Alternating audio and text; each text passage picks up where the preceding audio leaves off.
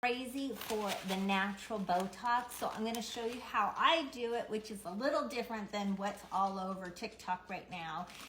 I didn't call it the natural Botox. I called it like the dupe for the Hannah Cure mask or for the zombie mask. That's what I think it's like. So I'm going to show you what I do. You just need some flaxseed and some rice. So let's go wash the rice. I just did one, my hair is crazy.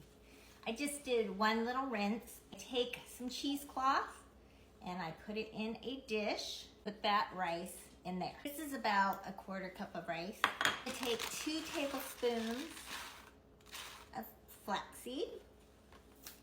Then I take warm water. So not hot, not cold, warm water.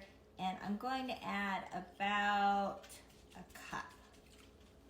Okay, this is what it looks like in my little container. And I'm going to keep it on the counter for a while and then I'll put it in the refrigerator for overnight. It just worked out, ignore. But it's the next day and here is our flaxseed and rice. And now we're going to squeeze out all this stickiness. See how it's kind of gelatinous? Ooh, and it's cold.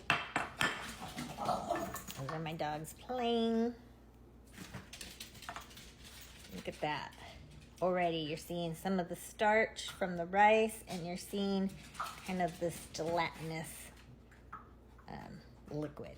Now I'm going to start twisting the cheesecloth.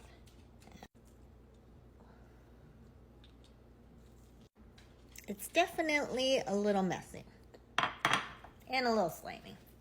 Then you can put in, like you can add some frankincense if you want. All right, let's go put it on. I washed my face and now we're going to apply this Botox recipe mask onto my face. It has been applied.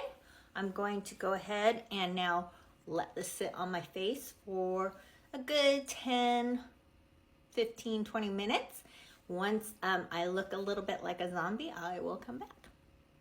All right, as you can see, even though mine was a thinner consistency because I do not boil my flaxseed because I want all that omega acids, the B vitamins, you know, I want all the nutrients that come in with the flaxseed and the amino acids from the rice to be still in there. I don't want to boil that away.